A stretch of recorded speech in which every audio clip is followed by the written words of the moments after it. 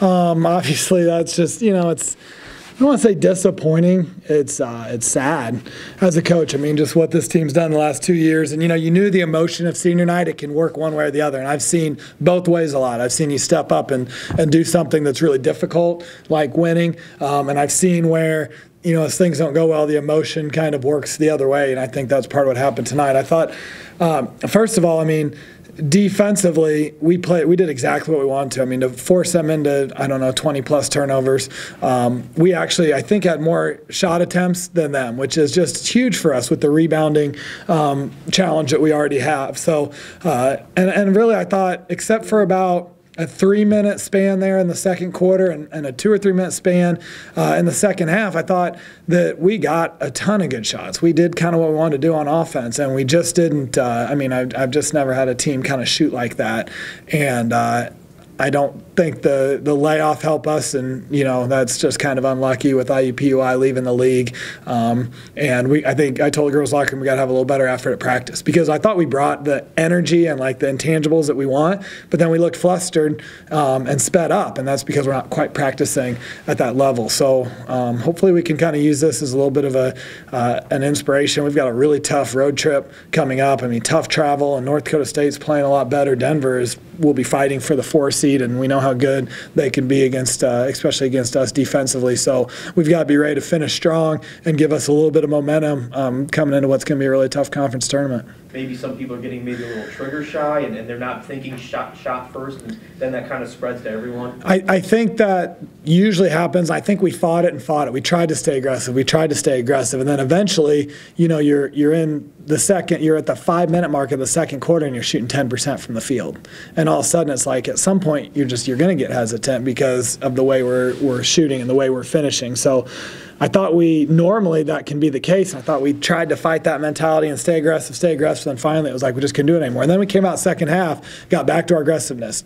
cut into it a little bit, got some great looks. They didn't fall. They make a couple plays, and now we're kind of back to the down 20-plus, and that's always a tough position to be, especially against a really good team like them. Did you think you guys would maybe be able to shoot your way out of it? You guys have gone through stretches like this before, and they've always been able to come out on the right end of it, and it just never happened today. Do you think maybe you guys would be able to shoot out of it? I did. Especially early. The funny thing is, yesterday at practice, we often end our practice with this drill called 4-ball shooting, and we miss our first 4 or 5 threes, which we almost never do, and we end up setting a record for that drill. And so I was telling the girls that, hey, I thought we got great looks early, and I kept telling them that, just like this shooting drill, we missed some early, we're still going to get hot. And even come out in the second half, okay, you're down 20. I think if we cut it 4 or 5 each media, and we did come out and hit some shots, but yeah, overall it just felt like, it felt like we'd make a good shot and it'd go in and out. And then, maybe that might lead down the road to a hesitant shot that was short or big off. So, as a coach, the way we play, I always think we can shoot ourselves out of, any sort of slump. And often we do, you're right, often we do. And our only chance to beat them was to play aggressive and have a good shooting night. That's just the way we play. And so we don't have the luxury of saying, okay, we're not hitting our shots. Let's go to our 6'5" power post player, possession after possession, make some things happen. We've got to play our style and give ourselves a chance to win. And really, I thought we still, in a way, did that.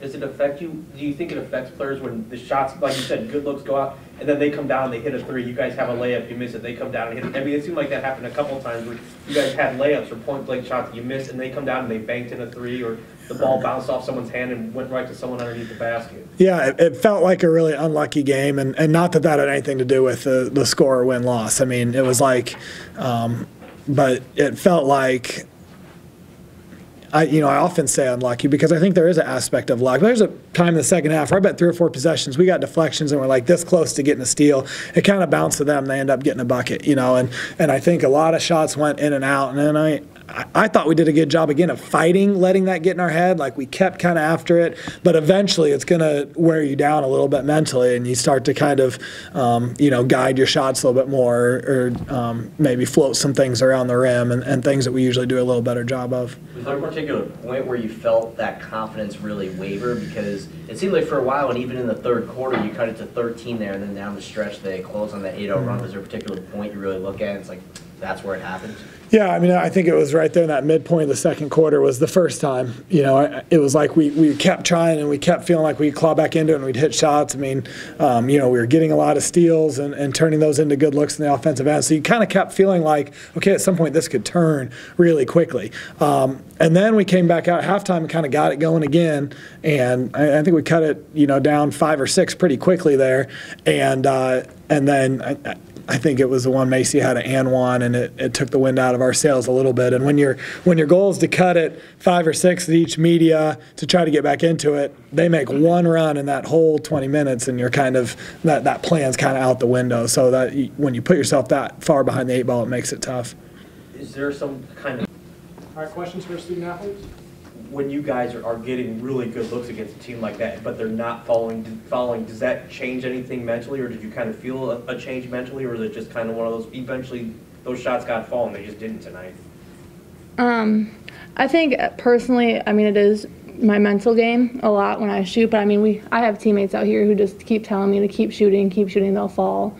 I think that goes for a lot of our players when they shoot and miss. We're just such a good team, or teammates, when we miss, that we pick them back up and make sure their mental game isn't changed.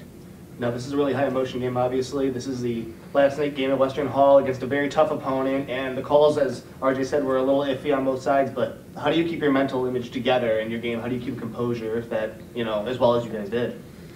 We go into playing a team like South Dakota State. We know that they're physical. We know the level of physicality that they play at, and so we just try not to let the refs or a call here or there really affect our play or momentum. They're tall, they're physical, like I said, so when you're undersized at every position, it's easy to think you get fouled every time or that they're not calling a fair game, but we just try not to focus on that too much. In terms of the defensive side, something that JD mentioned, and it's something that's apparent in the box score, just the way, and watching the game as well, just the way you guys were able to get in there, get a lot of steals, and really create some havoc there for much of the game. How much of that was something that you knew going into the week that you would have to do to be successful against this team? Like he said, we really want to take away more of the mid-post because that's really what they killed us on at their place. So when we really focused on taking away that and then just using our length and our hands and just get deflections, hopefully that we'd win the 50-50 balls. But, I mean, some didn't go our way, but we just hope to get those deflections. You guys had 90 points combined this year against this team, 48 in their place and 42 here. What is it about them on defense that bugs you guys so much? Just their length, I think. From a point guard perspective, every time I put it on the floor, the gaps collapse and I have 2 people on me. And even if you're going to make the kick out with their length, it's just hard to make those kick out passes around them. So, and I think their ability to challenge shots, even if they're not leaving the floor. So I just think their length is, that's a great recruiting aspect that they have, and they stay pretty true to it. Looking ahead, you've got 2 more games left in the season. It's a hard road trip. You got to go to Fargo, then go out to Denver on the same weekend. But you guys have a track record this season of losing a game and then going and lighting somebody on fire the next game and beating them by 40 points. Is there a mental aspect to you guys of just taking out whatever frustration you have on another team?